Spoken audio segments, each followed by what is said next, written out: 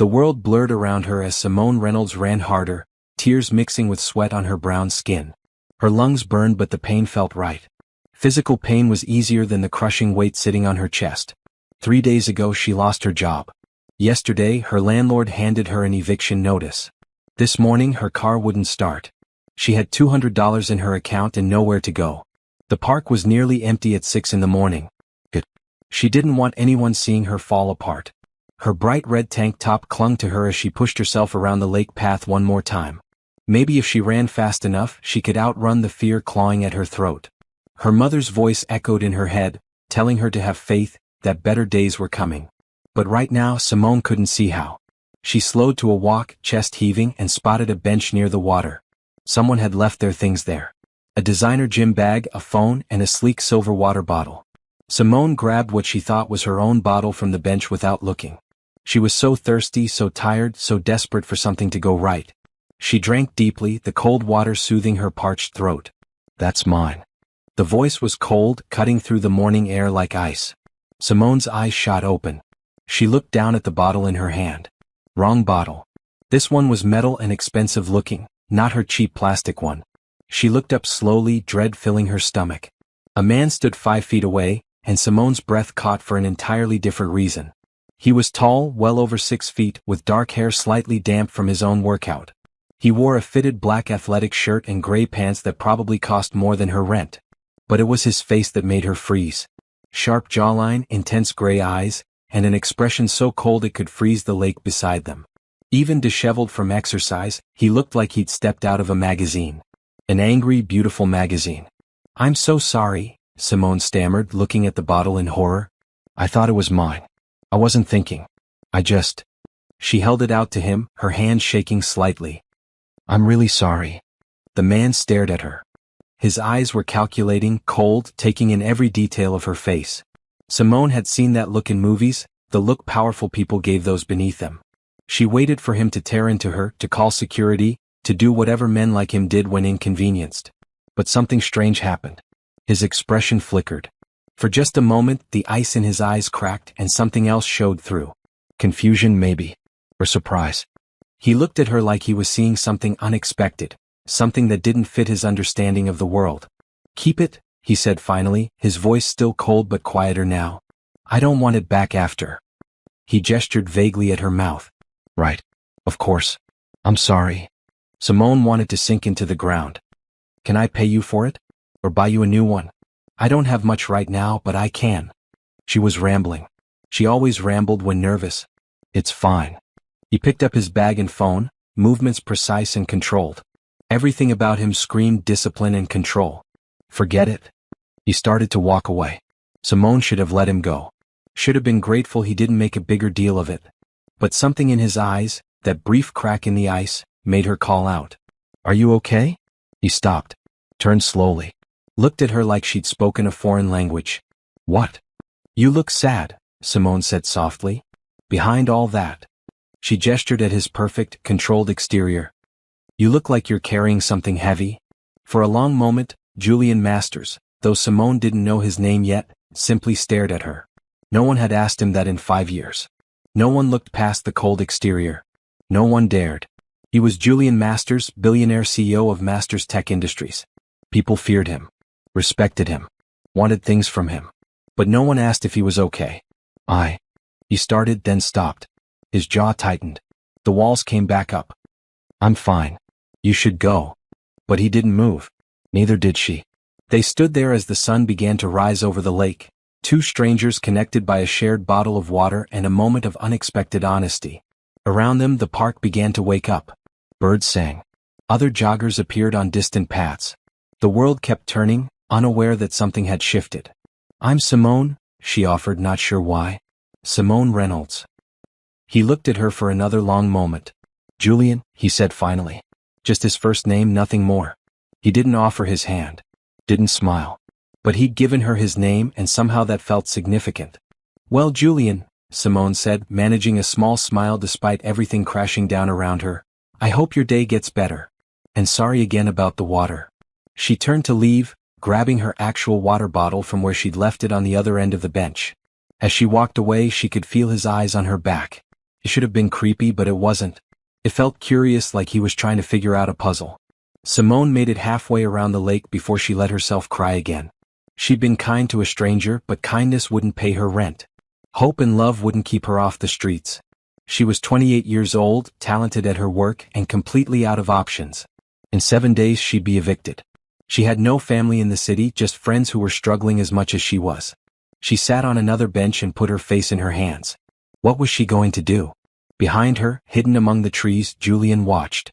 He'd followed at a distance, not sure why. The woman, Simone, was crying. He could see her shoulders shaking. Something in his chest tightened painfully. He hadn't felt that sensation in years. Hadn't let himself feel anything in years. She'd asked if he was okay.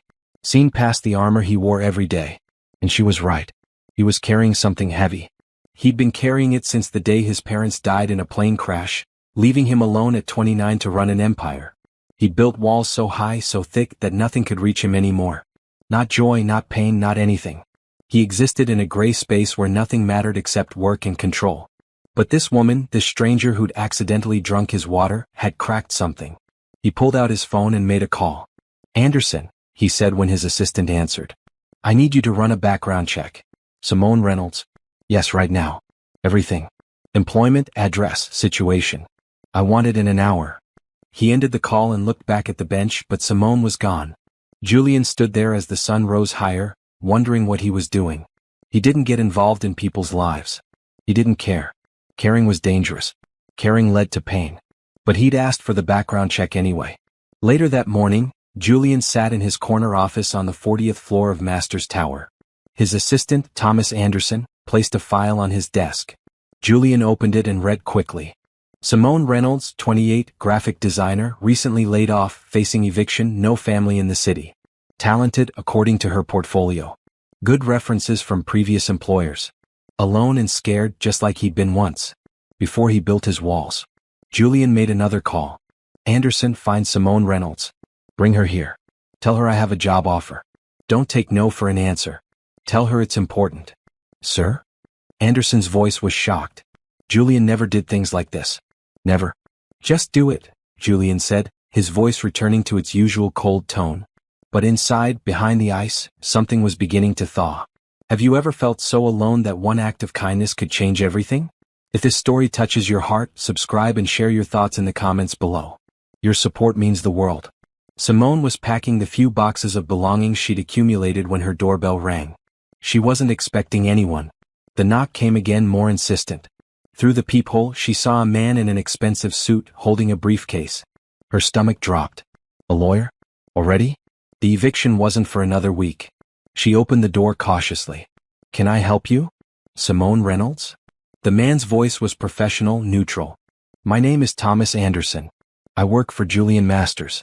He'd like to see you." Simone blinked. "Julian who?" "Masters. You met him this morning in the park." Anderson held out a business card. It was heavy cardstock, expensive. It read, "Julian Masters, CEO, Masters Tech Industries." The world tilted slightly. That cold man from the park was Julian Masters. The Julian Masters. She'd seen his name in business articles on buildings around the city. He was one of the richest men in the country. One of the most feared. Known for being ruthless in business and completely unapproachable in person. And she'd drunk his water. Why would he want to see me?" Simone asked, confused. "He has a job offer for you." Anderson's expression remained neutral, but something flickered in his eyes. Surprise maybe. Like this was unusual behavior even for his boss. "A job offer? But he doesn't know me. We barely spoke. Nevertheless, he's waiting. The car is downstairs. If you could come now, that would be preferable." Simone looked back at her apartment, at the half-packed boxes, at the eviction notice on her counter. Every instinct told her this was strange, possibly dangerous. You didn't just go with strangers because they offered jobs. But another part of her, the part her mother had raised to see kindness in the world, whispered that maybe this was the help she needed. Maybe this was hope arriving in an unexpected form. "Okay," she heard herself say. "Let me grab my purse." The car was a sleek black sedan that probably cost more than she'd make in 5 years. Anderson held the door open, and Simone slid into leather seats so soft they felt like butter. The drive to Masters Tower took 20 minutes through morning traffic. Simone's hands twisted in her lap the whole way. Masters Tower was glass and steel, reaching up into the sky like a monument to success. Inside, everything was marble and modern art. People in expensive suits rushed past, all looking busy and important. Anderson led her to a private elevator that required a key card. They rode up in silence, Simone watching the city shrink below them. The 40th floor was quiet, elegant, intimidating. Anderson led her through a waiting area where a secretary looked up with barely concealed curiosity. They stopped at large double doors. Anderson knocked once, then opened them. "Ms. Reynolds, sir." Julian Masters stood by floor-to-ceiling windows, looking out over the city. He'd changed into a navy blue suit that fit perfectly, his dark hair now styled. He looked every inch the powerful CEO. When he turned, his face was as cold and controlled as it had been in the park. "Thank you, Anderson. That will be all." The assistant left, closing the doors softly. Simone stood there, suddenly very aware of her old jeans and bright yellow t-shirt. She'd changed after her run but hadn't dressed for meeting billionaires. "Please sit." Julian gestured to chairs in front of his massive desk. Simone sat, her heart pounding. "Mr. Masters, I don't understand what this is about." Julian remained standing, his back to the window. The morning light created a halo effect around him, making it hard to see his face clearly. Maybe that was intentional. "I had you investigated," he said bluntly. "After this morning. I know you lost your job. That you're facing eviction. That you're talented but having difficulty finding new employment in this market." Simone's face flushed hot. "You investigated me? What? Because I accidentally drank your water?" "Because you saw me," Julian said, his voice quiet but intense. "Actually saw me. People don't do that. That doesn't explain why I'm here." Julian moved to his desk, pulled out a folder and slid it across to her. "I'm offering you a position in my company's design department. Senior graphic designer. The salary is here." He pointed to a number on the paper. Simone looked at the number and felt dizzy. It was 3 times what she'd been making. Maybe 4 times. This is too much. It's the standard rate for that position. Julian's face remained expressionless. "I'm also prepared to advance you your first month's salary today, so you can pay your rent and not face eviction." "Why?" Simone looked up at him, searching for the catch. There had to be a catch. "You don't know me. You don't know my work. Why would you do this?" For the first time, something flickered across Julian's face. Not quite emotion but a crack in the mask. "Because 5 years ago when my parents died, I was alone and drowning and no one helped me. I built walls to keep everyone out. Made myself cold so nothing could hurt me. This morning you asked if I was okay. You saw past everything I've built. Maybe." He paused, seeming to struggle with words. "Maybe I want to help someone who's drowning. Before they build walls too." Simone felt tears prick her eyes. This man, this cold, feared billionaire, was offering her a lifeline. Every practical bone in her body screamed to accept immediately. But she'd also been raised to question things that seemed too good to be true. "What do you get out of this?" she asked softly. Julian's lips twitched, almost a smile. "Honest. I appreciate that. I get a talented designer and the knowledge that I helped someone instead of..." He gestured vaguely. "Being what I've become. What if I'm not as good as you think? What if I can't do the job? Then we'll train you. The offer is genuine, Simone. No strings. You'll work, you'll be paid, you'll have the same opportunities and expectations as everyone else in that department." He pulled out another paper. "This is a standard employment contract. You can have a lawyer review it if you'd like. Take it home, think about it. And the advance on my salary? Available today if you accept. Your rent is $3,000 a month, correct? I'll have a check cut for that amount. You can pay your landlord, stay in your apartment, start work Monday." Simone looked at the papers in front of her, then at Julian. He stood there, controlled and cold, but she could see it now. The loneliness. The walls he'd built so high he couldn't see over them anymore. He was offering her help, but maybe he was also reaching out in the only way he knew how. Her mother's voice whispered in her head. "When help comes, accept it with grace. Kindness should be met with kindness. Hope exists in unexpected places." "Okay," Simone said, her voice stronger now. "Yes, I accept. Thank you, Mr. Masters. This means more than you know." Something changed in Julian's face. Not quite a smile but a softening. "Julian. You can call me Julian." "Then thank you, Julian. I promise I'll work hard. I won't let you down." "I know," he said simply. Anderson returned as if summoned by magic. Julian gave him instructions about the check, about preparing her employment paperwork, about setting her up with the design team. It all happened so fast that Simone felt swept along by a current. But it was a good current, carrying her towards safety instead of drowning. As Anderson let her out, Simone paused at the door and looked back. Julian had returned to his position by the window, looking out over his empire. Alone again. On impulse she called back. Julian? He turned, eyebrows raised slightly. Thank you for seeing me too. For just a moment, a real smile touched his lips. Small, barely there, but genuine.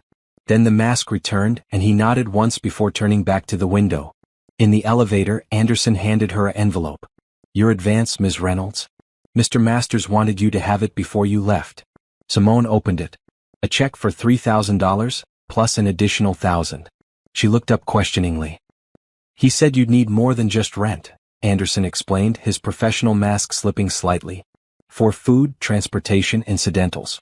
In all the years I've worked for him, I've never seen him do anything like this. You must have made quite an impression. I just asked if he was okay. Anderson smiled, a real smile. Exactly. As Simone left Masters Tower, check in hand, she felt the crushing weight begin to lift from her chest. She had a job. She could pay her rent. She had hope again. But more than that, she'd seen something in Julian Masters that made her curious. Behind all that ice was someone who'd been hurt badly enough to freeze himself solid. Someone who was reaching out in the only way he knew how. Maybe, she thought as she headed to the bank, maybe she could help him thaw. Maybe kindness could go both ways. She'd accepted his help with gratitude, just as her mother taught her. Now maybe she could offer him something in return. Not money or power, but the thing he seemed to need most. A reminder that he was human. That being cold wasn't the same as being strong. That letting people in didn't have to mean getting hurt. She had no idea if she could break through those walls. But she could try. And trying, her mother always said, was where hope lived. Monday morning arrived cold and bright. Simone stood outside Masters Tower at 7:30, wearing a professional blue dress she'd bought over the weekend with part of the extra money Julian had given her. Her portfolio was in hand, her heart racing. First day of work, nerves mixed with anticipation. She'd spent the weekend researching the company, practicing designs, preparing. But she'd also thought about Julian, about the sadness in his eyes, about his unexpected kindness. The design department was on the 22nd floor. When Simone stepped off the elevator, she was greeted by a bright, modern space. Glass-walled offices, open workstations, screens everywhere showing projects in progress. A woman in her 40s approached, smiling warmly. You must be Simone. I'm Patricia Hamilton, head of the design department. Welcome to the team. Patricia shook her hand firmly. Let me show you around. The tour was quick. Simone met her colleagues, all friendly but clearly curious about her. It wasn't every day someone was hired directly by the CEO himself. She could see the questions in their eyes, but no one asked directly. Patricia set her up at a workstation with a top-of-the-line computer and all the software she could need. We're working on a rebranding project for one of our subsidiary companies, Patricia explained, pulling up files. I'll start you with some preliminary concepts, let you get a feel for our style. Questions? Just one, Simone said. Does Mr. Masters come down here often? Patricia's expression shifted, became guarded. Never. He stays on the 40th floor. We send work up for approval, but he doesn't interact with individual departments much. Why? Just curious. But Simone was more than curious. She'd seen Julian's loneliness, his isolation. He'd built walls not just around his heart but around his entire existence. He lived up in his tower, alone, while life happened below him. The morning flew by. Simone lost herself in design work, creating concepts, revising, experimenting. It felt good to work again, to use her skills. Around noon, Patricia suggested she take lunch in the executive cafeteria. Simone grabbed a sandwich and coffee, then made a decision that was either brave or stupid. She took the elevator to the 40th floor. Anderson looked up in surprise when she stepped out. Ms. Reynolds, did you need something? I brought coffee. Simone held up 2 cups from the cafeteria. Is Mr. Masters available? Anderson's expression was priceless. Shock, confusion, and something like concern. He doesn't usually, that is, Mr. Masters doesn't take unscheduled meetings. I'm not asking for a meeting. I'm bringing him coffee. Simone smiled. If he's too busy, I'll leave it with you. But I thought maybe he could use a break. Anderson stared at her for a long moment, then sighed. Wait here. He disappeared through the double doors, returning a minute later looking bemused. He'll see you? 5 minutes. Simone entered Julian's office. He sat behind his desk, surrounded by papers and screens. When he looked up, his face was its usual mask of control, but she caught a flicker of surprise. Simone, is something wrong? Problems with the position? No, everything's great. She walked forward and set a coffee on his desk. I just thought you might need this. Black, right? You seem like a black coffee person. Julian looked at the coffee like it might explode.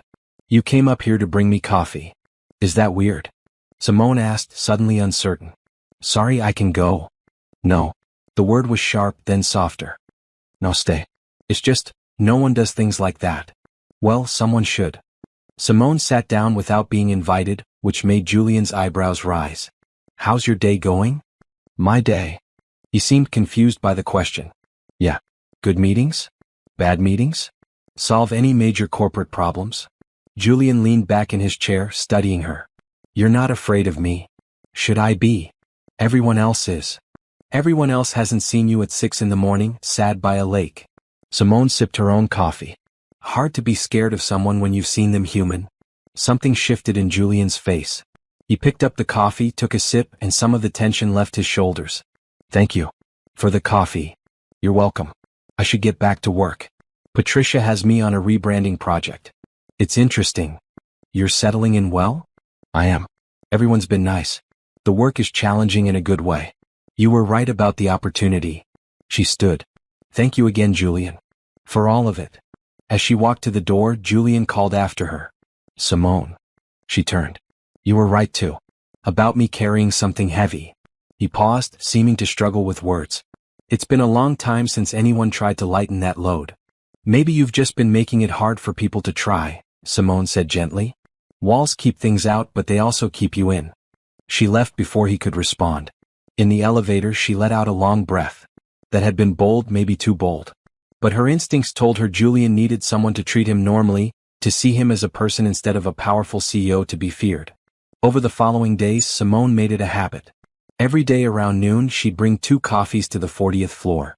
Anderson stopped looking surprised after the 3rd day. Julian never turned her away. Their conversations were brief, 5 or 10 minutes, but each day he seemed a little less cold, a little more human. She learned things about him in these short conversations. That he worked 80-hour weeks because being alone in his empty penthouse felt worse than being alone in his office. That he'd loved painting when he was younger but hadn't touched a brush in 5 years. That his parents had been warm, loving people, and their death had shattered something in him he didn't know how to fix. You freeze yourself so you can't feel the pain, Simone observed one day. But you also can't feel anything good either. There isn't much good to feel, Julian said, his voice flat. There's always good. You just have to let yourself see it. One morning, Simone arrived at work to find a small package on her desk. Inside was a set of professional design pencils, top of the line, expensive. The note was simple, in precise handwriting. I noticed you sketch preliminary concepts by hand. These might help. Her throat tightened.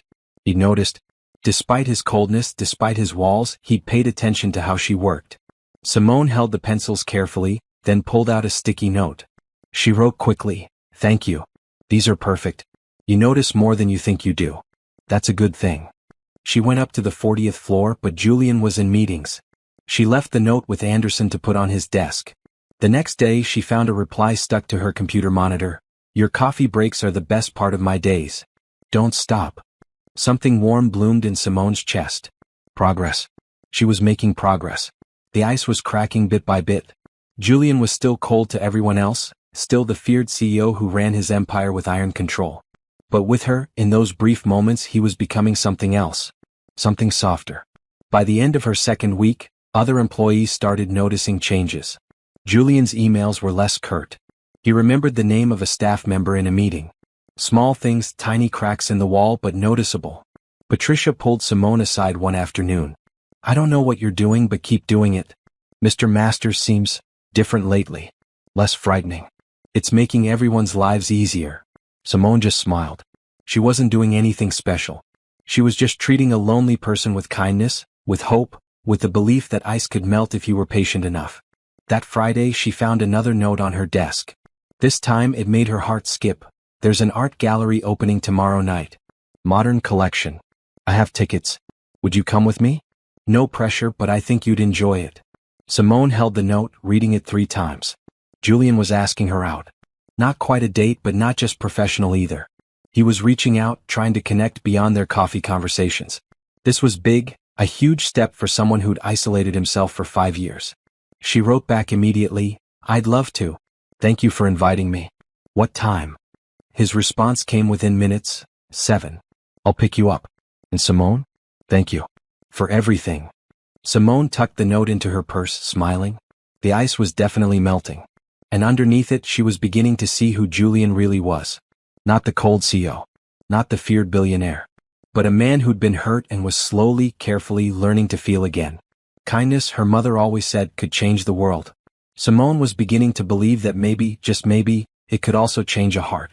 Saturday evening found Simone standing in front of her closet, trying not to panic. What did one wear to an art gallery opening with a billionaire? She'd never been to anything like that. Her wardrobe consisted mostly of casual clothes and work attire, nothing fancy enough for high society. Her phone rang. Her mother, calling from across the country for their weekly check-in. "Baby girl," her mother's warm voice filled the line. "How's the new job?" Simone sat on her bed, suddenly needing to talk. "It's good, Mama. Really good. But something's happening and I'm not sure what to make of it." She told her mother everything. About Julian, about his coldness and hidden pain, about the coffee breaks and notes, about tonight's invitation. Her mother listened quietly, making small encouraging sounds. "Sounds to me like you're melting his heart," her mother said finally. "And he's returning the kindness. That's good, baby. That's how it should be. But what if I'm reading too much into it? What if he just wants a friend? Then be his friend. Stop overthinking." Her mother's voice was gentle but firm. "You got a good heart, Simone. You showed that man kindness when he needed it, and now he's trying to show you the same. Just let things happen naturally. Wear something that makes you feel confident, be yourself, and see where the evening goes. I love you, Mama." "Love you too, baby. Call me tomorrow and tell me all about it." Simone hung up feeling calmer. She chose a simple green dress, fitted but not too formal, that brought out the warmth in her brown skin. Small silver earrings, natural makeup, her hair in soft curls. When she looked in the mirror she saw confidence looking back. At exactly 7 her doorbell rang. Simone grabbed her small purse and opened the door. Her breath caught. Julian stood in the hallway wearing a perfectly tailored charcoal suit with a dark green tie that almost matched her dress. His dark hair was styled, his gray eyes bright. But it was his expression that made her heart skip. He wasn't wearing his cold mask. He looked nervous. Genuinely nervous. "Hi," he said, his voice softer than she'd heard it in the office. "You look beautiful." "Thank you. You clean up pretty well yourself." Simone smiled, trying to ease his obvious tension. "Ready to go look at art?" "More than ready." He offered his arm, a formal gesture that somehow felt right. The car was waiting downstairs, the same black sedan from before. But this time Julian sat beside her in the back seat instead of working on his phone. He seemed uncertain, like he was out of practice at normal social interaction. Which Simone realized he probably was. "I haven't been to a gallery opening in 5 years, Julian admitted as they drove through the city. Not since my parents died. They loved art, loved culture. My mother used to drag my father and me to every opening, every exhibit. She said art made us better humans." "She sounds wonderful." She was. Julian's voice softened. "They both were. When they died I stopped doing everything they loved. It hurt too much to remember. And now I think maybe hiding from good memories because they hurt is worse than having no memories at all." He looked at her. "You make me want to remember the good things again." Simone's chest tightened with emotion. "I'm glad." The gallery was in a renovated warehouse in the arts district. Outside, well-dressed people mingled, champagne glasses in hand. Simone felt momentarily intimidated, but Julian's hand at the small of her back, gentle and reassuring, steadied her. "Stay with me," he murmured. "Most of these people are boring anyway." Inside, the gallery was stunning. White walls, perfect lighting, modern pieces that ranged from sculptures to digital installations. Julian grabbed 2 champagne flutes from a passing waiter and handed her one. They began to walk through the exhibits. The change in Julian was remarkable. His face, usually so controlled and cold, became animated as he discussed the pieces. He knew artists' techniques, movements. His gray eyes lit up with genuine interest. This wasn't the feared CEO. This was someone passionate about something beyond balance sheets and corporate strategy. "You really love this," Simone observed, watching him study a large abstract painting. I used to paint, Julian said, not taking his eyes from the canvas. Nothing like this, just sketches and landscapes. My mother encouraged it. Said the company could run without me sometimes, but art fed the soul. He turned to her. I gave it up when they died. Packed away all my supplies. Haven't touched them since. That's sad. I thought it was necessary. Now I'm not sure. He gestured to the painting. What do you think of this piece? Simone studied it. Bold strokes of blue and gold, chaotic yet somehow harmonious. It feels like a storm and sunshine fighting for space. Like they're trying to coexist instead of one destroying the other. Julian smiled, a real smile that transformed his entire face. That's exactly what the artist intended. You have a good eye. They spent 2 hours wandering the gallery talking about art, life, everything and nothing. Julian introduced her to a few people, always keeping her close, always making sure she felt included. Simone noticed how people looked at them, curious and surprised. Julian masters at a social event, actually smiling with a woman they didn't recognize. It would be gossip fuel for weeks. But Julian didn't seem to care. He was focused on her, on the art, on actually enjoying himself. At one point he took her hand naturally, their fingers intertwining like it was the most normal thing in the world. Simone's heart raced, but she didn't pull away. They stopped in front of a sculpture, two figures reaching for each other across an impossible divide. Julian stared at it for a long moment, his hand tightening slightly around hers. That's how I felt for 5 years, he said quietly. Like I was on one side of a divide and the rest of the world was on the other. Unreachable. And now? Simone asked softly. Now I feel like maybe the divide isn't as wide as I thought. That maybe someone built a bridge I didn't notice. He looked at her, his eyes intense. You built that bridge, Simone. With coffee and kindness and refusing to be scared of me. I'm not scared because there's nothing to be scared of. You're not as cold as you pretend to be. I'm working on that. Being less cold. He paused. It's harder than I thought. 5 years of keeping everyone out is a tough habit to break. Good things are usually hard, Simone said. Worth it though. They left the gallery around 10, stepping into the cool night air. The city was alive with Saturday night energy, people laughing and talking, life happening everywhere. Julian didn't let go of her hand as they walked to the car. Are you hungry? He asked. There's a quiet restaurant near here. We could get dessert. That sounds perfect. The restaurant was small and intimate, nothing like the expensive places Simone imagined Julian usually frequented. They sat in a corner booth, ordered coffee and cake and talked for another hour. Julian asked about her life, her childhood, her dreams. He listened carefully, asking questions, genuinely interested. My mother raised me alone after my dad died, Simone explained. We didn't have much money but we had love. She taught me to see the good in people, to offer kindness even when it's hard. Especially when it's hard. She sounds like an amazing woman. She is. She's the reason I asked if you were okay that morning in the park. Because she taught me that everyone's carrying something heavy, and sometimes all people need is for someone to notice. Julian reached across the table, covering her hand with his. I'm glad you noticed. When he dropped her off at her apartment building, Julian walked her to the door. They stood in the hallway, neither wanting the evening to end. Thank you, Julian said. For tonight. For making me remember how to enjoy something again. Thank you for inviting me. I had a wonderful time. They stood there, close enough that Simone could see gold flecks in his gray eyes. For a moment she thought he might kiss her. But instead, he lifted her hand and kissed her knuckles softly, an old-fashioned gesture that made her heart flutter. Good night, Simone. Good night, Julian. She watched him walk away, her hand tingling where his lips had touched.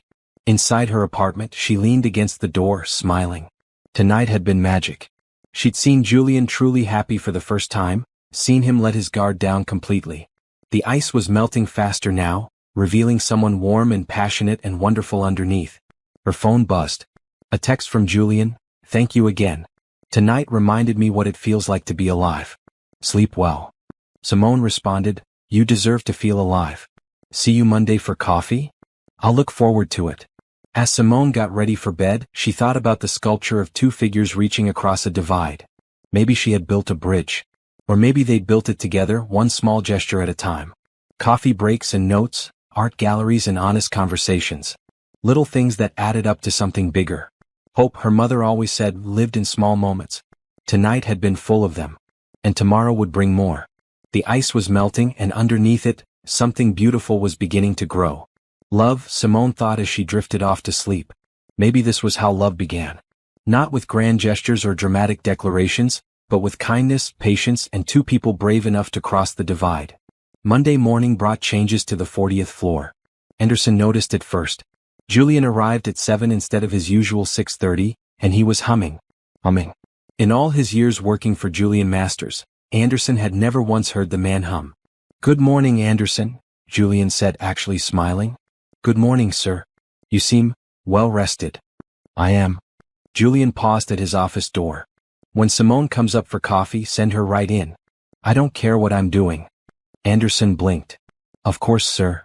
But Simone didn't come at her usual time. 11 o'clock passed, then noon. Julian kept glancing at his door. By 12:30 he was frowning. Anderson knocked quietly. "Ms. Reynolds hasn't come up, sir? Should I call down?"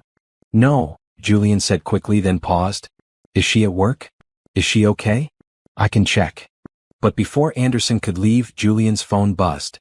A text from Simone. "Sorry, crazy morning. Project deadline. Raincheck on coffee? Maybe lunch tomorrow?" Julian typed back, "No problem. How about I bring coffee to you for once?" The response came quickly, "You don't have to do that. I want to." 20 minutes later, Julian Masters walked onto the design floor carrying 2 coffees. The entire department fell silent. Their CEO, the man who never left the 40th floor, who they'd only seen in photos and brief video calls, was standing in their workspace. Patricia Hamilton recovered first. "Mr. Masters, this is unexpected. How can we help you?"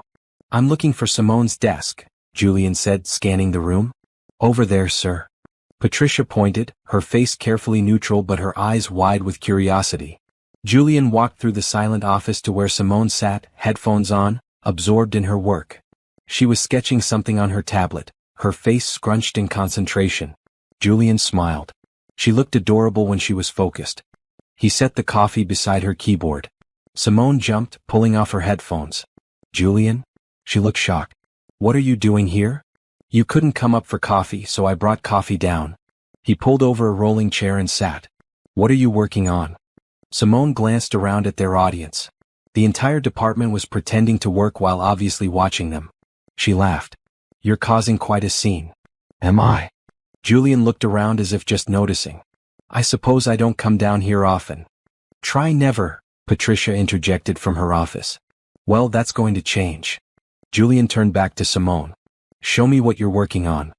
For the next 15 minutes, Simone explained her project while Julian asked questions and offered suggestions. He knew more about design than she'd expected, had insights that actually helped. Around them, the department slowly relaxed, returning to work but with a new energy. If the CEO could be human, maybe the company wasn't as cold and corporate as they'd thought. When Julian finally stood to leave, Simone walked him to the elevator. "You know everyone's going to talk about this for weeks. Let them. I'm tired of hiding on the 40th floor like some kind of isolated dictator." He pressed the elevator button. "Besides, I wanted to see you. You'll see me tomorrow. I'll come up like always." "I know. But I couldn't wait that long." The elevator doors opened. Julian stepped in but held them open. "Simone, I've been thinking. I want to show you something. Would you come somewhere with me after work? Somewhere important." "Of course. Where?" "You'll see. Meet me in the lobby at 6. "Okay," Simone agreed, curious but trusting. At 6, Julian led her to his car. They drove out of the city, heading toward the suburbs. The sun was setting, painting the sky in shades of orange and pink. After 30 minutes, they pulled up to a large community center in a neighborhood that had clearly seen better days. "What is this place?" Simone asked as they got out. "This was my parents' main charity project," Julian explained, his voice soft. "They believed in supporting communities that needed it most. This center provides after-school programs, job training, meals for seniors, art classes for kids. Everything. When they died, I kept funding it, but I never came back. Couldn't face it. And now I think it's time. I called ahead. They're expecting us." He took her hand. "Come meet the people my parents loved." Inside, the center was warm and bustling. Kids doing homework in one corner, art classes in another room, adults learning computer skills down the hall. A woman in her 60s approached, her face lighting up when she saw Julian. "Julian Masters. As I live and breathe. We haven't seen you since the funeral." She pulled him into a hug. Your parents would be so happy to see you here. Hello, Mrs. Garcia. This is Simone Reynolds. Simone, this is Rosa Garcia. She runs this place. Welcome, dear. Rosa smiled warmly at Simone. Come, let me show you around. We've expanded thanks to Julian's continued support. The tour was eye-opening. The center helped hundreds of people every week. There were art supplies everywhere, donated computers, a small library, a kitchen where volunteers prepared meals. It was love in action, the kind of practical kindness that changed lives. They stopped by an art class where kids were painting. When they saw Julian, several rushed over. Mr. Masters, did you come to paint with us? A little girl, maybe 8, tugged on his jacket. Julian looked uncertain. I don't paint anymore, Elena. Why not? Mrs. Garcia says you used to be really good. Julian glanced at Simone, who smiled encouragingly. Maybe I could sit in for a bit. Elena cheered and dragged him to an empty easel. Simone sat beside him, taking a brush of her own. For the next hour, they painted with the children, laughing at messy attempts, praising creative interpretations. Julian was rusty, but the joy on his face was unmistakable. This was who he used to be, Simone realized, before grief built walls around him. When the class ended, Julian looked at his painting. A simple landscape, rough but full of feeling. I forgot how much I missed this. Your parents would be proud, Rosa said softly, appearing beside them. Not just of your success, but of you coming back here. Of you painting again. Julian's eyes were bright with unshed tears. Thank you, Mrs. Garcia, for keeping this place going. For carrying on their work. It's our honor. And Julian? You're welcome here anytime. These kids would love to have you back. In the car on the way back to the city, Julian was quiet. Simone didn't push, just held his hand. Finally he spoke. I avoided that place because it hurt too much. All those memories of my parents, their passion for helping people. I thought if I stayed away, built walls, focused only on business, the pain would stop. He looked at her. But it didn't stop. It just made everything gray and empty. And now I want to go back. I want to paint with those kids. I want to remember my parents not through pain but through continuing what they loved. He paused. You've changed something in me, Simone. Made me want to feel again even if it hurts sometimes. Feeling means you're alive, Simone said softly. Hurt is just part of that. But so is joy, love, connection. You can't have one without risking the others. Julian pulled into her apartment building but didn't let go of her hand. I want to do something. The center needs renovations, new equipment. I've been sending money but not paying attention to what they actually need. Would you help me? Look at their programs, figure out what would make the biggest difference. You want me to help you with charity work? I want you to help me be better. You're good at seeing what people need. At connecting with them. I'm good at writing checks but terrible at the human part. Together we could actually make a real difference. Simone felt warmth spread through her chest. This was huge. Julian was opening up, letting her into a part of his life he'd kept locked away for 5 years. I'd love to help. Julian leaned across the console, his face close to hers. Thank you. For everything. For seeing past the walls. For being patient with me. For making me want to be the person I used to be. You don't have to thank me for that. I just showed you what was always there. This time when Julian leaned in, he didn't stop. His lips met hers softly, carefully, like he was learning something new. Simone kissed him back, her heart racing. It was gentle, sweet, full of promise. When they pulled apart, Julian was smiling.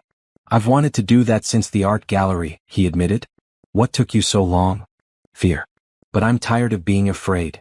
He kissed her again, a little less carefully this time. When Simone finally went inside, she felt like she was floating. Julian was changing, opening up, letting himself feel again. The ice was melting, and underneath it was someone wonderful. Someone kind and passionate and capable of deep love, even if he'd forgotten how. Her phone buzzed. Julian, I'm falling for you, Simone. Just thought you should know. She smiled, typing back. Good. I'm falling too. As she got ready for bed, Simone thought about the community center, about Julian painting with children, about the joy returning to his eyes. Hope and love were winning just like her mother always said they would. Kindness was transforming a cold heart into something warm again. And she got to be part of that transformation. What could be more beautiful than that? The following weeks brought a shift not just in Julian, but in the entire company. Employees who used to scatter when Julian approached now greeted him cautiously. He'd started walking the floors every few days, actually talking to people. Asking names. Remembering details. The change was slow but noticeable. Simone watched it happen with quiet pride. Julian was working on being more human, more present. It wasn't always smooth. Sometimes he'd slip back into cold CEO mode, bark an order, then catch himself and soften his tone. But he was trying, and trying mattered. Their coffee breaks became the anchor of both their days. Sometimes Julian came down to her floor, sometimes she went up to his. Either way, they spent 30 minutes together talking about everything from work projects to childhood memories. The walls between them crumbled bit by bit. One Wednesday, Simone mentioned she was volunteering at the community center that Saturday, teaching a beginner's art class. "I'll come with you," Julian said immediately. "You sure? It's early. 8 in the morning. I'll be there." His gray eyes were determined. "I told Mrs. Garcia I'd be back. Time to follow through." Saturday morning, Julian picked her up in casual clothes. Jeans, a blue pullover sweater. He looked younger, more relaxed. Different from the suited CEO she saw at work. They stopped for coffee and bagels on the way, Julian insisting on buying enough for all the kids in the class. At the center, Mrs. Garcia greeted them warmly. "Look who came back. The kids will be thrilled." The art room filled quickly. 15 children between ages 6 and 12, all excited to paint. Simone set up supplies while Julian helped arrange easels. She noticed how naturally he interacted with the kids now, remembering names from his previous visit, asking about their projects. "Okay everyone," Simone called out. "Today we're painting happiness. What does happiness look like to you?" The answers varied. Dogs, sunshine, family dinners, playgrounds. Julian stood at the back watching Simone work. She was patient with each child, encouraging, making them feel capable. Her bright red shirt seemed to glow in the morning light streaming through windows. She was in her element, giving hope and confidence to these kids. "Mr. Masters?" A boy of about 10 tugged his sleeve. "Are you going to paint too?" Julian hesitated, then smiled.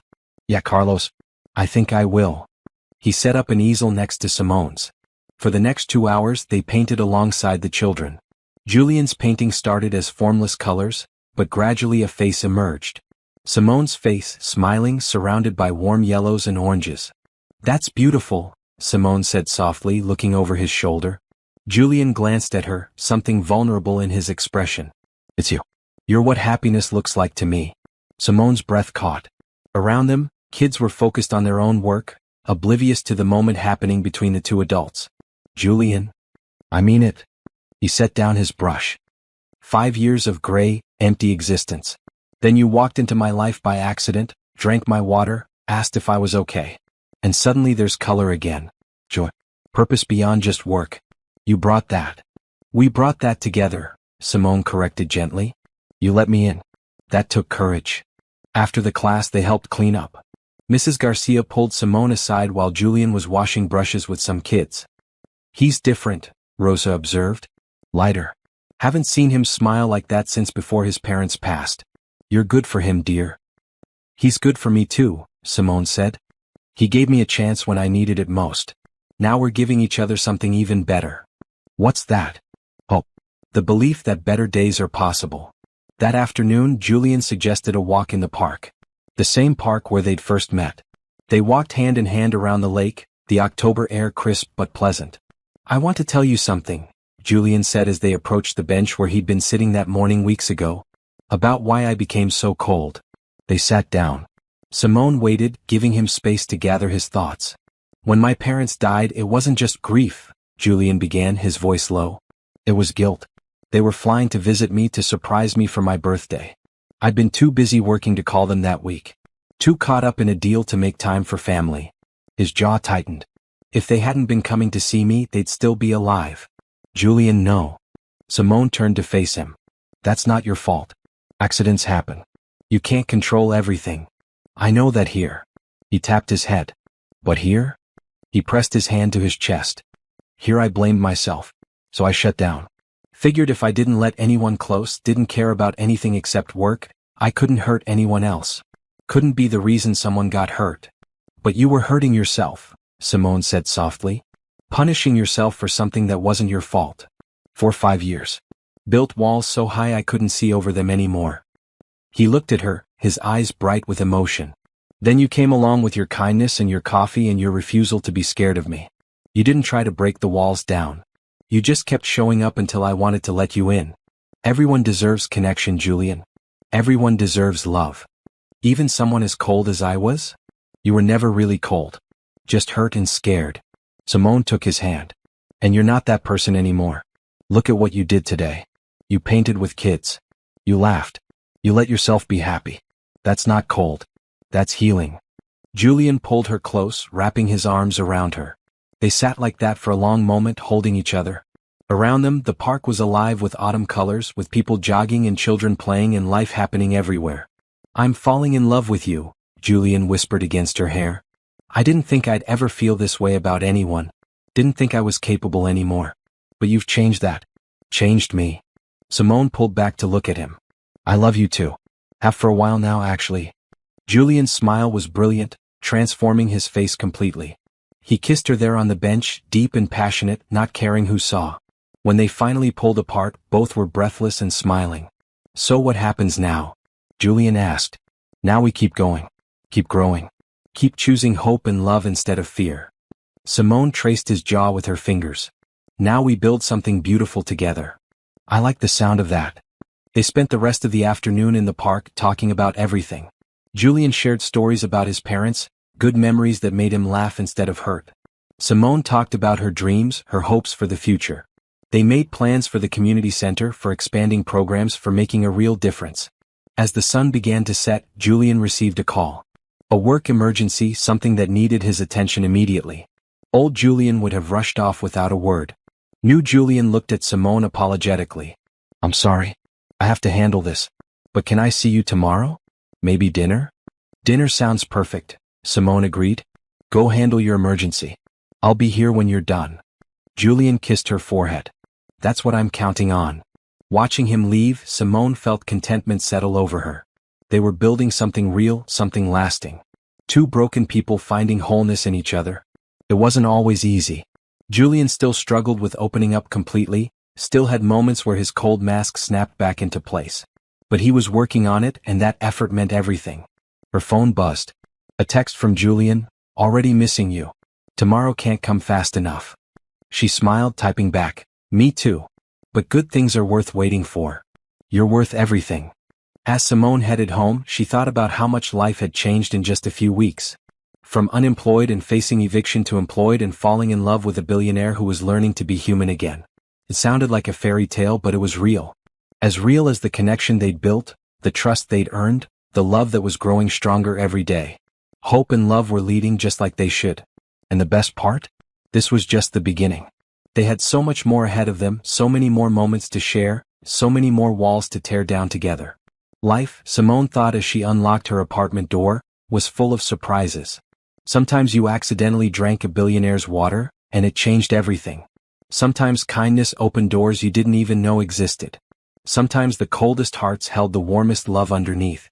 And sometimes, if you were very lucky, you got to help someone find their way back to joy.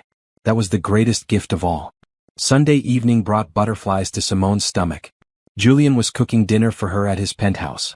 It was intimate, personal in a way their previous dates hadn't been. He was inviting her into his private space, the place where he lived alone, surrounded by walls both literal and emotional. She chose a deep maroon dress that her mother had sent her last birthday, paired with simple jewelry. Professional enough to be respectful, but soft enough to be approachable. When she looked in the mirror, she saw confidence and happiness reflected back. The car arrived at 7 sharp. The drive to Julian's building took them to the most expensive part of the city. His building was all glass and steel, modern and imposing. A doorman greeted them, clearly familiar with Julian but surprised to see him with a guest. Good evening, Mr. Masters. Mississippi. Evening, Robert. Simone is my guest for dinner. The private elevator required both a key card and a code. It rose smoothly to the top floor, opening directly into Julian's penthouse. Simone stepped out and her breath caught. Floor-to-ceiling windows showed the entire city sprawling below them. The interior was modern but warm, with comfortable furniture in deep blues and grays. Art covered the walls, pieces Simone recognized from famous artists. But what caught her attention most was the complete lack of personal touches. No photos. No mementos. Nothing that said a human actually lived here. It was beautiful but sterile, like a high-end hotel suite. Julian watched her take it all in, his expression uncertain. I know it's impersonal. I never bothered making it a home. Just a place to sleep between work. We can fix that, Simone said gently. Homes are built, not bought. Something in Julian's face relaxed. Come on. Dinner's almost ready. The kitchen was professional grade, all stainless steel and modern appliances. Julian had clearly been cooking for a while. Something smelled amazing. He'd changed into dark slacks and a deep blue button-down shirt, sleeves rolled to his elbows. Casual but still put together. Very Julian. You really do cook, Simone observed, perching on a bar stool. My mother insisted I learn. Said no child of hers would be helpless in a kitchen. Julian stirred something on the stove. I haven't cooked for anyone in 5 years. Haven't really cooked for myself either. Mostly takeout and whatever my housekeeper leaves in the fridge. So why tonight? Julian looked at her, his gray eyes intense. Because you deserve more than a fancy restaurant. Because I wanted to do something personal for you. Because... He paused. Because I want you to know me. Really know me. Not just the CEO or the guy who brings you coffee. The person underneath all that. I already know that person, Simone said softly. The one who paints with kids and opens up slowly and is learning to be vulnerable. I love that person. Even though he's still figuring things out, still makes mistakes. Especially because of that. Perfect is boring. Real is beautiful. Julian smiled, some tension leaving his shoulders. Wine.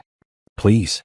He poured them both glasses of red wine, something expensive Simone didn't recognize. They talked while he finished cooking, easy conversation that flowed naturally. He told her about learning to cook from his mother, about burned dinners and kitchen disasters and eventually getting it right.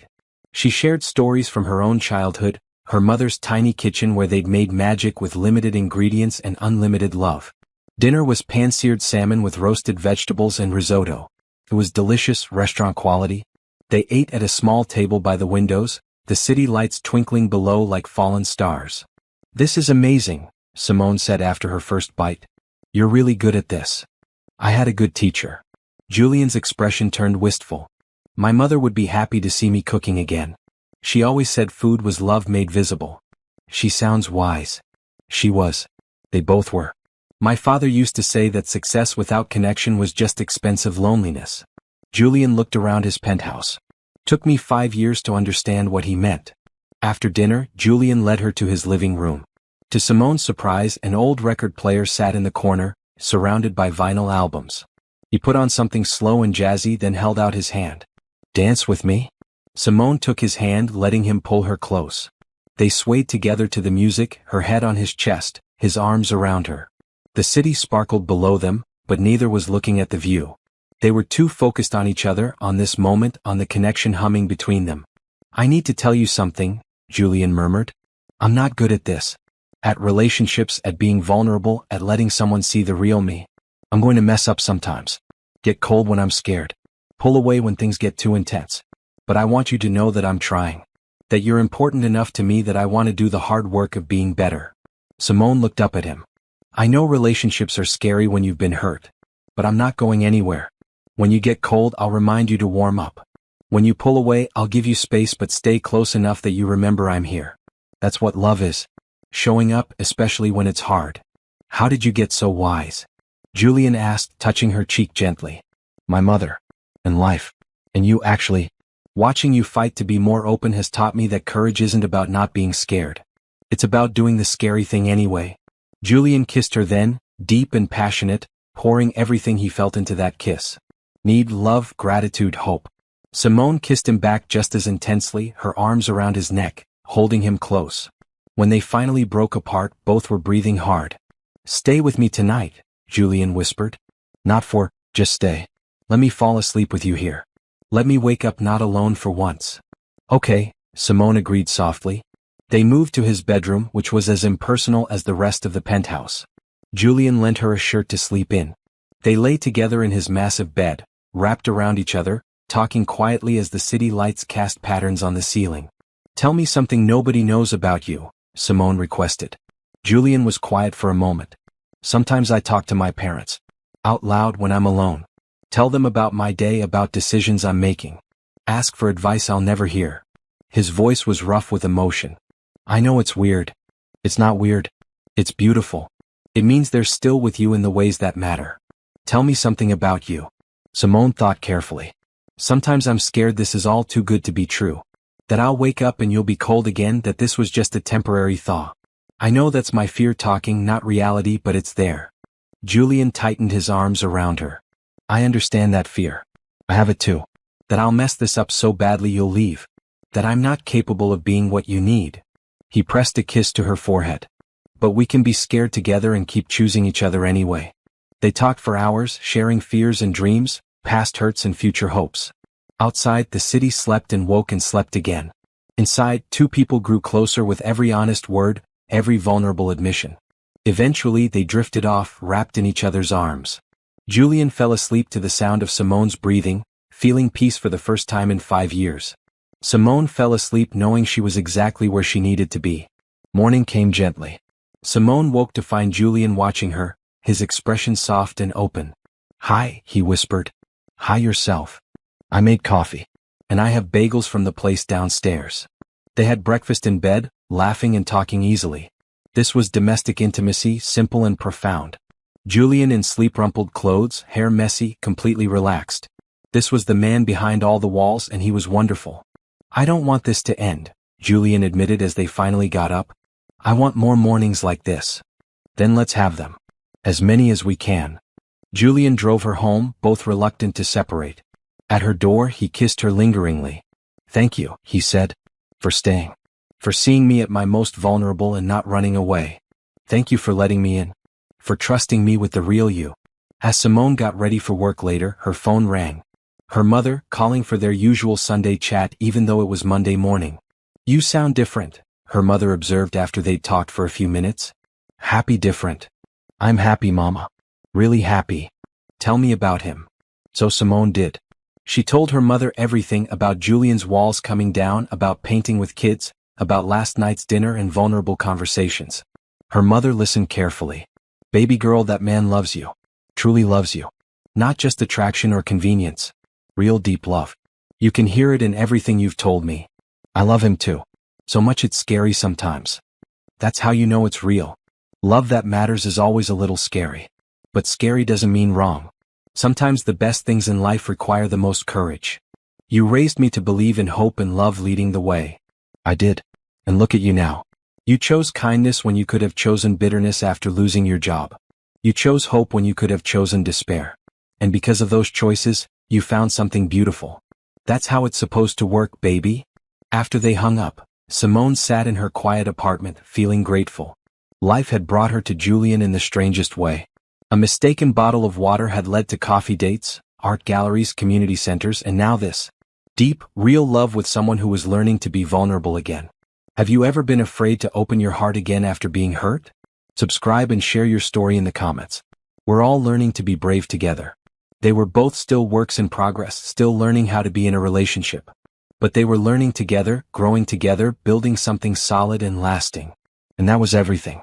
The following Saturday brought Julian's biggest test yet, a major charity gala. He'd been attending these events for years, always alone, always cold and unapproachable. This year would be different. This year Simone would be beside him. Are you sure about this? Simone asked when Julian told her about the event. These high society things. I've never been to anything like that. They were in his office sharing their daily coffee. Julian set down his cup and took her hands. I'm sure. I want you there. Need you there. He paused. This is important to me, Simone. These people have only ever seen cold Julian. I want them to see me now. With you. Happy. Then I'll be there. Shopping for a dress was an adventure. Julian insisted on coming along, which meant closing down an exclusive boutique for 2 hours. Simone felt overwhelmed by the choices, the price tags that made her dizzy. This is too much, she protested when Julian suggested a particularly expensive emerald green gown. Nothing is too much. Not for you. Not for this. He looked at her seriously. I know you're uncomfortable with expensive things, but this matters. Not because of money, but because it's a statement. You're important to me. I want the world to know that. Simone tried on the green dress. It was stunning, fitted at the top with a flowing skirt that made her feel like royalty. When she stepped out of the dressing room, Julian's face told her everything. That's the one, he said, his voice rough with emotion. You're beautiful. The gala was at the city's most prestigious hotel. Julian picked Simone up in a limousine, looking devastating in a black tuxedo. When he saw her in the green dress, he paused in the doorway of her apartment. "I'm the luckiest man alive," he said simply. The hotel was magnificent, all crystal chandeliers and marble floors. People in expensive clothes mingled, drinking champagne and networking. Simone felt momentarily overwhelmed, but Julian's hand at the small of her back steadied her. "Stay close to me," he murmured. "I'll handle the socializing. You just be yourself." Heads turned as they entered. Julian Masters attending with a date for the first time in 5 years. Whispers rippled through the crowd. Simone held her head high, remembering her mother's words about courage. "Julian, darling." A woman in her 60s approached, dripping in diamonds. "So wonderful to see you. And who is this lovely young lady?" "Mrs. Wellington. This is Simone Reynolds." "Simone Margaret Wellington, chair of the hospital board." "Lovely to meet you, dear." Mrs. Wellington's eyes were sharp, assessing. "How do you and Julian know each other?" "We met in the park," Simone said simply. "He was kind to me when I needed it. Then became even kinder." Something softened in Mrs. Wellington's expression. "Kind. That's not a word people usually associate with Julian. But I can see he's different tonight. Happier. That's your doing, I suspect." "We make each other better," Julian interjected, his hand finding Simone's. The evening progressed in a blur of introductions. Business associates, society figures, charity organizers. Everyone wanted to meet the woman who'd changed Julian Masters. Simone handled each conversation with grace, answering questions honestly, letting her warmth shine through. At one point they were approached by a group of young businessmen, all looking at Julian with a mixture of respect and fear. "Masters, good to see you." One of them, tall with slicked back hair, extended his hand. "I'm Trevor Morrison. We've been hoping to set up a meeting about the Henderson deal." Julian shook his hand but didn't let go of Simone. "Send a proposal to my office. We'll review it. I was hoping we could discuss it tonight. There's a lot of money involved." Julian's expression cooled slightly, the old mask threatening to return. Simone squeezed his hand gently. "Gentlemen," Simone interjected smoothly, "I'm sure Julian would love to discuss business. But tonight is about charity, about helping people in need. Maybe we could talk about what causes you're passionate about instead." Trevor looked surprised but recovered quickly. Yes, of course. We're supporting the Children's Hospital wing." "That's wonderful." Simone's smile was genuine. "Julian and I have been working with a community center that helps underprivileged kids. Maybe our organizations could partner on a project." The conversation shifted, became about collaboration instead of competition. By the time the men moved on, they were smiling, energized by possibilities. Julian looked at Simone with admiration. "How did you do that?" "Redirect their entire approach. People respond to kindness and connection. Show them you see them as partners instead of adversaries and everything changes. Your parents knew that, I think." Julian pulled her close, kissing her temple. "They did. And they'd love you." Dinner was served in a grand ballroom. Julian and Simone were seated at a table with other major donors. The conversation was lively, covering everything from business to politics to art. Simone held her own, sharing insights from her design work, talking about the community center, making people laugh with stories from teaching art classes. A man across the table, someone Julian had introduced as Richard Chin, a fellow CEO, leaned forward.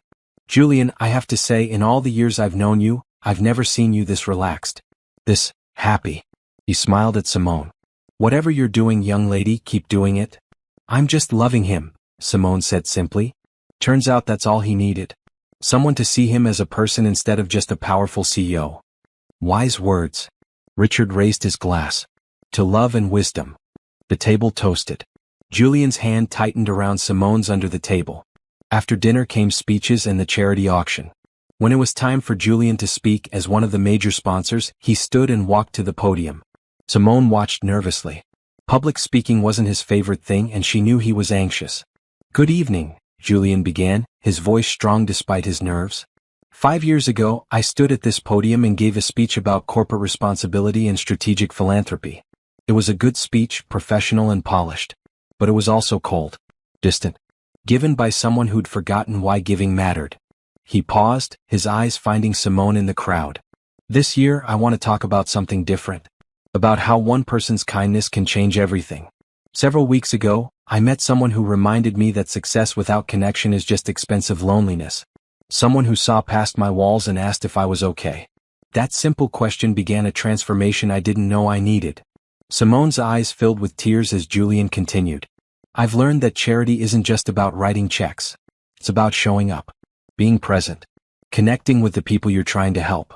I've started volunteering at the community center my parents founded, teaching art to kids, listening to their stories, being part of their lives. And it's changed me more than any business deal ever could. The room was silent, everyone hanging on his words. Tonight, I'm pledging $5 million to expand after-school programs across the city.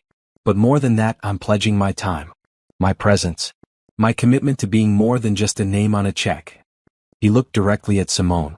Because the most important person in my life taught me that hope, love, and kindness aren't weaknesses. They're the greatest strengths we have. The room erupted in applause.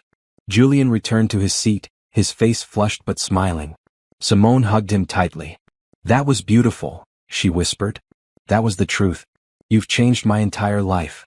Later, reporters approached as they were leaving. Cameras flashed. A microphone appeared in front of them. Mr. Masters, can you tell us about your date this evening? Julian pulled Simone close, facing the cameras with confidence. This is Simone Reynolds, the most important person in my life. She's taught me more about being human than I'd learned in 34 years. Are you two in a relationship? We are. And I couldn't be happier about it. More questions flew, but Julian just smiled and led Simone away. In the limousine, she looked at him with wonder. You just told the world about us. Made it official. Is that okay? I didn't ask first. It's more than okay. It's perfect. Simone kissed him. You were amazing tonight. So open, so genuine. Everyone saw the real you. I was terrified, Julian admitted. Standing up there, being vulnerable in front of hundreds of people. But then I looked at you and it felt right. Important. Your parents would be so proud. Not just of the money but of you. Of the man you're becoming. Julian's eyes filled with tears, something that would have been unthinkable weeks ago. I hope so. I really hope so. At Simone's apartment, Julian walked her to the door but seemed reluctant to leave. Come up, Simone invited.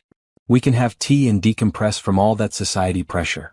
Inside, they kicked off their fancy shoes and curled up on Simone's couch with tea. The contrast between the expensive gala and this simple moment was stark but perfect. This was real. This was them. Thank you, Julian said quietly, for being with me tonight. For standing beside me while I put myself out there. I couldn't have done it without you. You could have. But I'm glad you didn't have to. They sat in comfortable silence for a while, just being together. Outside, the city hummed with late-night energy. Inside, two people who'd found each other in the strangest way held on to what they'd built. Julian's phone buzzed. He checked it and smiled. Anderson sent me a news link. We're already trending. Cold CO shows his heart at charity gala. They're calling you my mystery woman who melted the ice. Simone laughed. That's so dramatic. But accurate. Julian set his phone aside and pulled her close. You did melt the ice. Showed me I didn't have to be cold to be strong. That opening my heart wasn't weakness but courage. We did that together. I couldn't have helped if you weren't ready to change. I'm ready for more than change. I'm ready for a future. With you. If you want that too. I want that. I want everything with you. They kissed softly, sealing that promise. Tomorrow would bring more changes, more growth. The news coverage would generate attention, questions. Julian's board would wonder about his transformation. Society would gossip about the woman who'd changed him. But none of that mattered. What mattered was this. Two people choosing each other, choosing hope and love, choosing to be brave together. Everything else was just noise. Later, after Julian had left and Simone was getting ready for bed, her phone rang. Her mother, having seen the news coverage online. Baby girl, I just saw pictures of you at that fancy gala. You look beautiful. And that man looked at you like you hung the moon. He's amazing, mama. So different from what people think. Because you saw the real him. That's love, baby. Seeing someone fully and loving all of it. Even the broken parts. Especially the broken parts. I do love him. All of him. I know, baby. I can hear it in your voice. And he loves you the same way. Hold on to that. Nurture it. Love like that is rare and precious. As Simone finally climbed into bed, she felt grateful beyond words. Life had brought her from desperation to joy in the span of weeks. One accidental drink of water had led to everything she'd ever wanted. Connection, love, purpose, hope. The ice had melted completely now. And underneath it was something beautiful and worth celebrating. A love that would only grow stronger, built on a foundation of kindness, patience, and the courage to be vulnerable. Tomorrow would bring new challenges, new moments. But they'd face them together. And that made all the difference. Monday morning brought unexpected turbulence. Julian arrived at his office to find Anderson waiting with a grim expression. "Sir, we have a problem. The Riverside development deal fell through. Their CEO backed out last night, says he's going with one of our competitors." Julian felt his old instincts kick in. Cold calculation, ruthless strategy. He could make this hurt for their competitor, could use his influence to punish everyone involved. 5 years of built-up coldness surged back, familiar and comfortable. "Get legal on the phone," he started to say, his voice taking on that icy edge. But then he stopped. Simone's voice echoed in his head. "Hope, love, and kindness aren't weaknesses. They're the greatest strengths we have." Julian took a breath. "Actually, cancel that. Get me the Riverside CEO directly. I want to talk to him." Anderson looked surprised but nodded. 20 minutes later, Julian was on a video call with Richard Riverside, the other CEO. The man looked uncomfortable, clearly expecting Julian's legendary wrath. "Richard," Julian started, keeping his voice calm, "I heard about your decision. Before we go any further, I'd like to understand what went wrong. Not to argue or change your mind, but to learn from this." Richard's surprise was evident. Honestly, Julian, I expected you to come at me with lawyers. Old me would have. New me wants to understand. So talk to me. What made you choose our competitor?" Richard relaxed slightly. "They offered more than money. They offered partnership. A stake in future projects, collaboration instead of just a transaction. Your proposal was generous financially, but it felt cold. Like we'd just be vendors, not partners." Julian absorbed this, nodding slowly. "That's fair feedback. And you're right. My approach was transactional. I focused on numbers and forgot about relationships." He paused. "What if I came back with a revised proposal? One that focuses on true partnership?" That would be interesting. But I've already committed to the other group." "I respect that. Honor your commitment. But if you have other projects in the pipeline, I'd like to discuss them. Show you that Masters Tech can be a collaborative partner, not just a checkbook."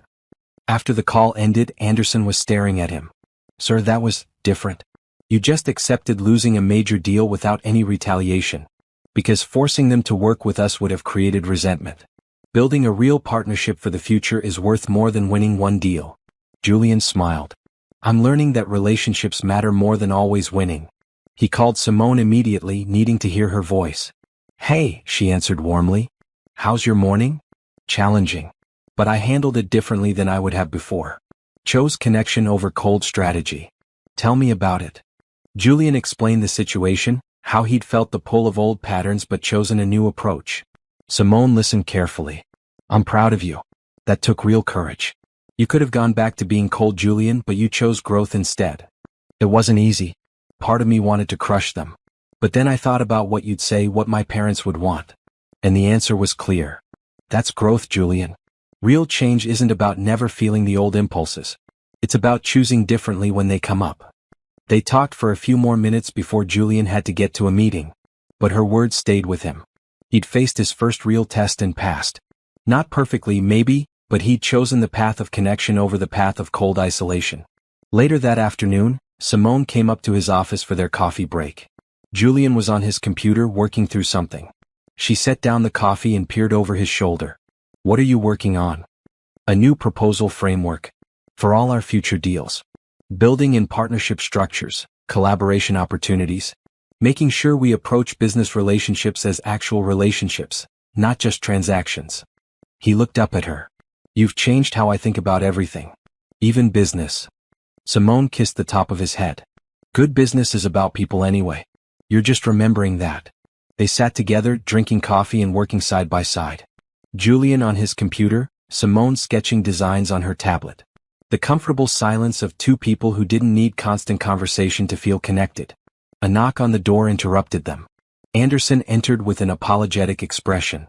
"Sir, the board is requesting an emergency meeting. They've heard about the Riverside deal.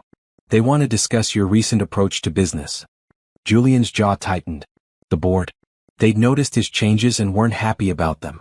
Old Julian would have bristled, gone in defensive and cold. New Julian looked at Simone, who squeezed his hand encouragingly. "Tell them I'll be there in 10 minutes. After Anderson left, Julian turned to Simone. They're going to push back against the changes I'm making. Want the old ruthless approach. So show them why the new approach is better. Not just financially but ethically. Make them see what you've seen. Will you come with me? I know it's unusual, but I could use your support. I'll be right there. The boardroom was tense when they entered. 10 older men and women, all looking stern and concerned. Julian took his seat at the head of the table, Simone standing behind him, a quiet presence. Julian, the chairman, Harold Westbrook, began. We're concerned about recent changes in your approach. The Riverside deal. I know you're concerned, Julian interrupted calmly. But I'd like to explain my thinking before you decide anything. He spent the next 20 minutes outlining his new philosophy. How building partnerships instead of just closing deals would create long-term value. How treating people with respect and kindness made better business sense than cold calculation. How his transformation was making him a better CEO, not a weaker one. You've always been ruthless, Harold observed. That's what made you successful. I was also lonely, isolated, and losing sight of why my parents built this company in the first place. They wanted to create something meaningful, not just profitable. Julian's voice was strong, confident. I'm not abandoning success. I'm redefining what success means. A company where people want to work, where partners trust us, where we make a real difference. That's worth more than any single deal. And if this softer approach costs us money? Another board member challenged. Then we make less money but build something more valuable. Legacy. Reputation. A company people are proud to be part of. Julian leaned forward. I've spent 5 years being cold and ruthless. The company grew but I was miserable. I'm happier now. More creative. Making better decisions. If you can't support that, we can discuss options. But I'm not going back to who I was. The room was silent. Then Harold spoke, his voice thoughtful. Your parents would be proud of you, Julian. Not for the money but for this. For remembering their values. He looked around the table.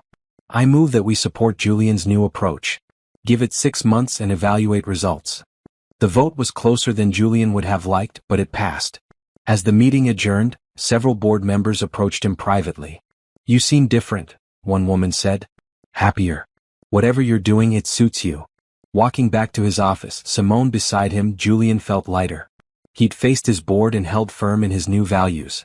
It was a victory that mattered. You were amazing in there, Simone said. So strong and clear about what you believe. I had backup, Julian replied, pulling her close in the empty hallway. Knowing you were there gave me courage. You had the courage already. I just reminded you of it. That evening, Julian and Simone met at the community center. They'd planned to help with the dinner program, serving meals to seniors and families in need. It was grounding, being around people facing real struggles, remembering what mattered beyond boardrooms and business deals. Mrs. Garcia pulled Julian aside while Simone was helping in the kitchen. That woman loves you, she said simply. And you love her. Don't let it slip away because you're scared. I'm not scared, Julian started, then stopped. Actually, I am. Terrified. What if I mess this up? What if I revert to old patterns and hurt her? Then you apologize and do better. Love isn't about being perfect, Julian. It's about choosing each other even when things are hard. Especially when things are hard. She patted his arm. Your parents had that kind of love. Strong, real, imperfect but enduring. You can have it too. You just have to keep choosing it. Later, driving Simone home, Julian was quiet. Processing everything from the day. The deal, the board meeting, Mrs. Garcia's words. So many challenges, so many opportunities to slip back into coldness. But he'd chosen differently every time. What are you thinking about? Simone asked. How much I love you, Julian said simply. How you've transformed my entire life. How scared I am of losing this. You're not going to lose this. We're building something strong, Julian. It can weather challenges. Promise me something, Julian said, pulling up to her building. Promise that if I start getting cold again, if I slip back into old patterns, you'll call me on it. Don't let me hide behind walls again. I promise, and you promise me the same. If I start doubting or pulling away, remind me why we're doing this. They kissed, sealing their promises. Inside her apartment, Simone reflected on the day. Julian had faced major challenges and handled them with grace, choosing connection over cold calculation every time. He was growing, becoming more himself. Not the frozen CO, but the warm, passionate man he'd been before grief locked him away. Her phone buzzed. Julian, thank you for today. For supporting me, believing in me, loving me. I'm stronger with you in my life. She responded, we're stronger together. That's the whole point. Sleep well. I love you. Love you too. More than words can say. As Simone got ready for bed, she thought about how far they'd both come. From a chance meeting by a lake to this deep, real love that was changing both their lives. There would be more challenges ahead, more times when old patterns threatened to resurface. But they'd face them together, choosing hope and love every time. That was what mattered. Not perfection but progress. Not avoiding challenges but meeting them with courage and kindness. Building something beautiful one choice at a time. 3 months had passed since the board meeting, and winter was turning to spring. The changes in Julian continued to ripple outward. Masters Tech had signed 3 major partnership deals, all structured around collaboration instead of cold transactions. Employee satisfaction surveys showed dramatic improvement. The company was thriving, but more importantly, the people in it were happier. Julian and Simone had fallen into a beautiful rhythm. Weekday coffee breaks, evenings at the community center, weekends exploring the city or cooking together. They'd moved slowly, building trust and intimacy in layers. Julian had started keeping clothes at Simone's apartment, and she had her own space in his penthouse. They weren't living together officially, but they were moving in that direction naturally. One Wednesday morning, Julian called Anderson into his office. His assistant found him staring at a small velvet box on his desk. Sir? I need your help with something, Julian said, looking up with an expression Anderson had never seen before. Nervous, vulnerable, hopeful. I'm going to propose to Simone. And I want it to be perfect. Anderson's professional mask cracked into a genuine smile. Finally. I was wondering when you'd ask. You knew. Sir, everyone knows. The way you look at each other. How you've changed because of her. It's obvious you're going to spend your lives together. Julian opened the box, revealing a ring. A simple but stunning emerald-cut diamond on a platinum band. Classic, elegant, not ostentatious. Perfect for Simone. I want to propose at the park. The bench where we met. Can you help me arrange something? I'd be honored, sir. Over the next week, Julian planned meticulously but tried to act normal around Simone. It was harder than he expected. Every time he looked at her, he wanted to just ask to skip the elaborate setup and propose right there. But he wanted this to be special. She deserved that. Saturday morning, Julian texted Simone, meet me at the park at 2 p.m.? The usual bench. Just want to spend some time together. Simone responded immediately, perfect. See you there. Julian arrived early, his heart pounding. The bench looked different than usual. Someone, Anderson's work, had arranged simple but beautiful flowers around it. Nothing too elaborate, just touches of color and life. A picnic basket sat on the bench, containing Simone's favorite foods. Julian wore dark jeans and a deep green sweater, her favorite color on him. He checked the ring box in his pocket for the 100th time. Took a deep breath. This was it. The moment that would define the rest of his life. And he was ready. Terrified but ready. Simone appeared on the path, wearing a bright blue spring dress that made her glow. When she saw the setup, her eyes widened. Julian? What's all this? Come sit with me, he said, his voice surprisingly steady. They sat on the bench, the same bench where everything had started months ago. Julian took her hands, his gray eyes locked on her brown ones. Do you remember the first time we were here? He asked. Of course. You were sad and angry and I drank your water. Julian smiled. You asked if I was okay. No one had asked me that in 5 years. You saw through all my walls in 30 seconds. Where is this going? Simone asked softly, though her eyes suggested she knew. That morning I was the most alone I'd ever been. Successful, powerful, completely empty inside. I'd built walls so high I couldn't see the sky anymore. Couldn't feel anything except cold, gray nothing. Julian's thumb traced patterns on her hand. Then you came along. Asking questions. Bringing coffee. Being kind when I didn't deserve it. You didn't try to tear down my walls. You just kept showing up until I wanted to let you in. Tears were forming in Simone's eyes. Julian. These last months with you have been the happiest of my life. You've taught me how to feel again, how to connect, how to be human. You've shown me that strength isn't about being cold. It's about being brave enough to be vulnerable. To let people in. To choose love even when it's scary. Julian slid off the bench, kneeling in front of her. Simone's hand flew to her mouth, tears spilling over. Simone Reynolds, you are the most important person in my life. You're my best friend, my partner, my reminder of what matters. You see me. All of me. The good, the broken, the parts still healing. And you love me anyway. He pulled out the ring box, opening it. I want to spend the rest of my life loving you back. Being brave with you. Building something beautiful together. Will you marry me? Yes, Simone said immediately, laughing and crying at the same time. Yes. Of course yes. Julian's hands shook as he slid the ring onto her finger. Then he was standing, pulling her into his arms, kissing her deeply. Around them, people who'd been pretending not to watch burst into applause. Julian didn't care. He held the woman he loved, feeling more complete than he ever had. I love you, he whispered against her hair. So much. You changed my entire world. I love you too. More than I knew was possible. They sat on the bench, holding each other, watching the lake sparkle in the afternoon sun. The same lake where Julian had been so alone months ago. Now he'd never be alone again. When did you know? Simone asked eventually. That you wanted to marry me? Honestly? The art gallery, our first real date. Watching you talk about paintings, seeing how you lit up with passion. I knew then that I wanted to see that for the rest of my life. Julian kissed her forehead. But I waited because I wanted to be sure I was ready. That I could be the partner you deserve.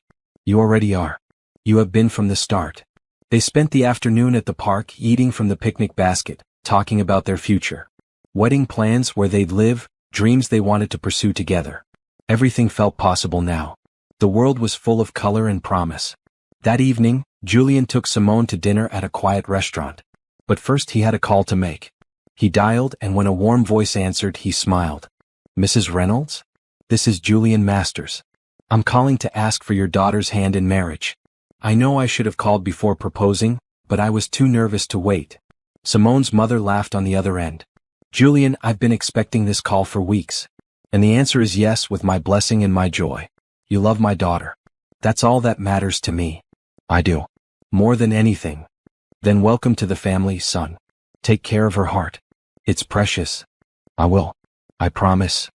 When he handed the phone to Simone, she talked to her mother for 20 minutes, crying happy tears, making plans for her mother to visit soon. Julian watched, feeling grateful beyond words. He was gaining not just a wife but a family. Connection. Well, everything he'd been missing for 5 years. The following Monday, the office buzzed with news of their engagement. Julian called an all-hands meeting, something he'd never done before. The entire company gathered in the main atrium, curious and slightly nervous. Julian stood on the platform with Simone beside him, their hands linked. He looked out at hundreds of faces, employees who'd feared him for years, and felt genuine affection for them all. Good morning, everyone. I know you're all busy, so I'll be brief. I wanted to share some personal news. Simone and I are engaged. Applause erupted. Julian waited for it to die down, smiling. I also want to say something else. Many of you have noticed changes in how this company operates over the past few months. More collaboration, better communication, focus on people instead of just profits. That's going to continue.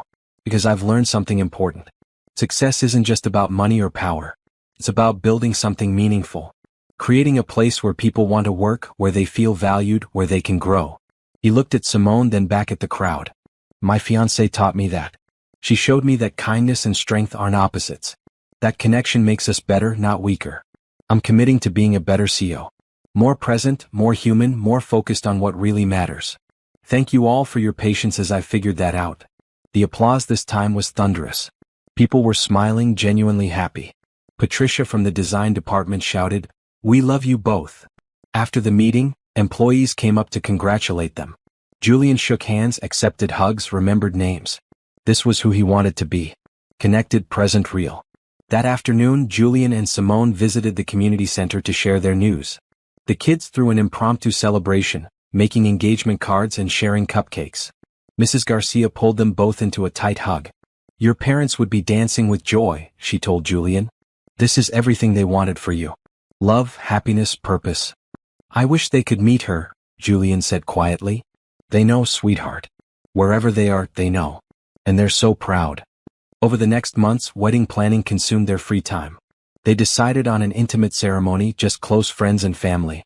The community center kids would be flower girls and ring bearers. Mrs. Garcia would read a poem. Everything would be simple, meaningful, focused on love instead of spectacle. Julian continued his transformation. He hired a VP to handle daily operations, freeing himself to focus on big-picture strategy and community involvement. He and Simone started a foundation together, combining their passion for helping underprivileged communities. They spent hours at the community center teaching art, mentoring kids, being present. The coldness that had defined Julian for 5 years was gone completely. In its place was warmth, compassion, joy. People who'd known him before could hardly recognize him. But those who knew him now, truly knew him, saw the man he'd always been underneath. The man his parents had raised. The man Simone had helped him remember. 6 months after the proposal, on a perfect spring day, Julian and Simone stood in the community center's garden, surrounded by flowers and loved ones.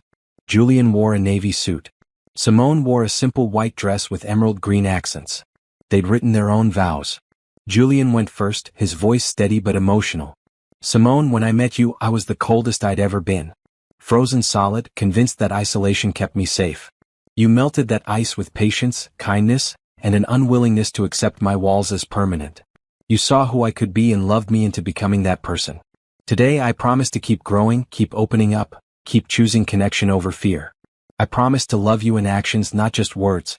To show up, be present, be brave. You are my home, my heart, my future. I love you completely. Simone's turn, tears streaming down her face. Julian, you gave me hope when I had none. You saw value in me when I was struggling to see it myself. You've shown me that real strength is vulnerability, that courage is opening your heart even when you're scared. You've taught me that love isn't about perfection. It's about choosing each other every day, growing together, being patient with the hard parts. Today I promise to keep choosing you, keep believing in us, keep reminding you of who you are when you forget. You are my partner, my love, my greatest adventure. I love you endlessly. They exchanged rings, simple bands engraved with the date they met. When the officiant pronounced them married, Julian kissed Simone deeply, both crying happy tears. Around them everyone cheered. The community center kids threw flower petals. Mrs. Garcia dabbed her eyes with a tissue. The reception was joyful and intimate. Dancing, laughter, stories shared. Julian's business associates mixed with community center families, walls breaking down everywhere. This was what his parents had believed in. Connection across differences. Love as the great equalizer. Late in the evening, Julian and Simone slipped away to the garden, needing a quiet moment.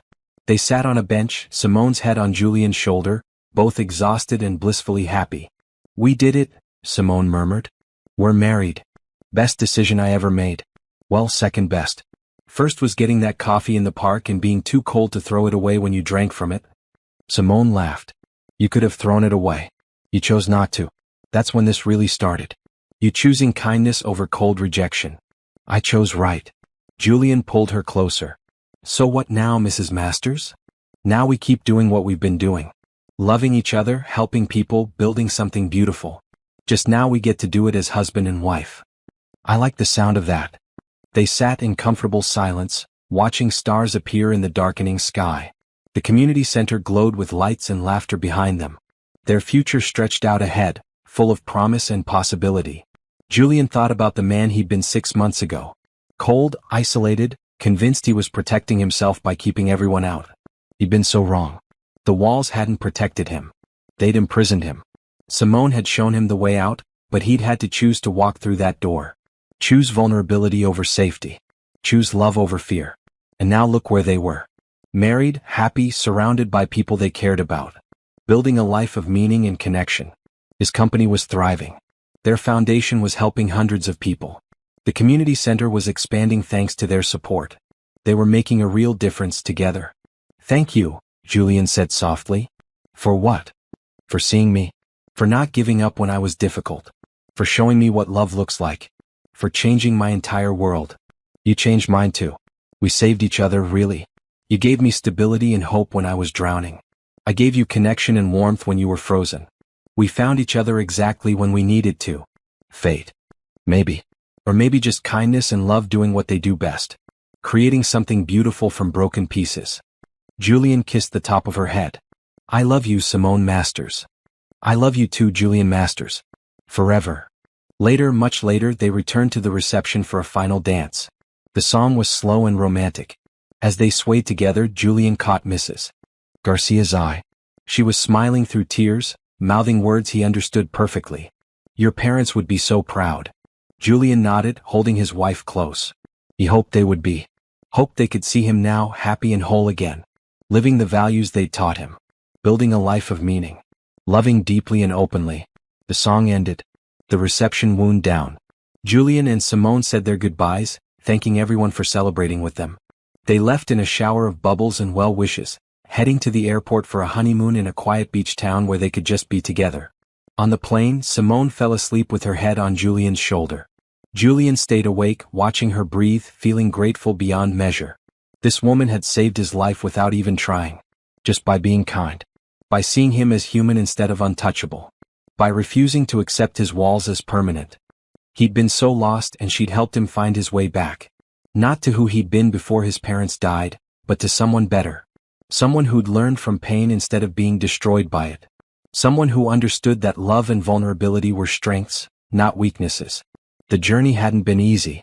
There had been moments of doubt, of fear, of wanting to retreat back into coldness. But they'd worked through it together.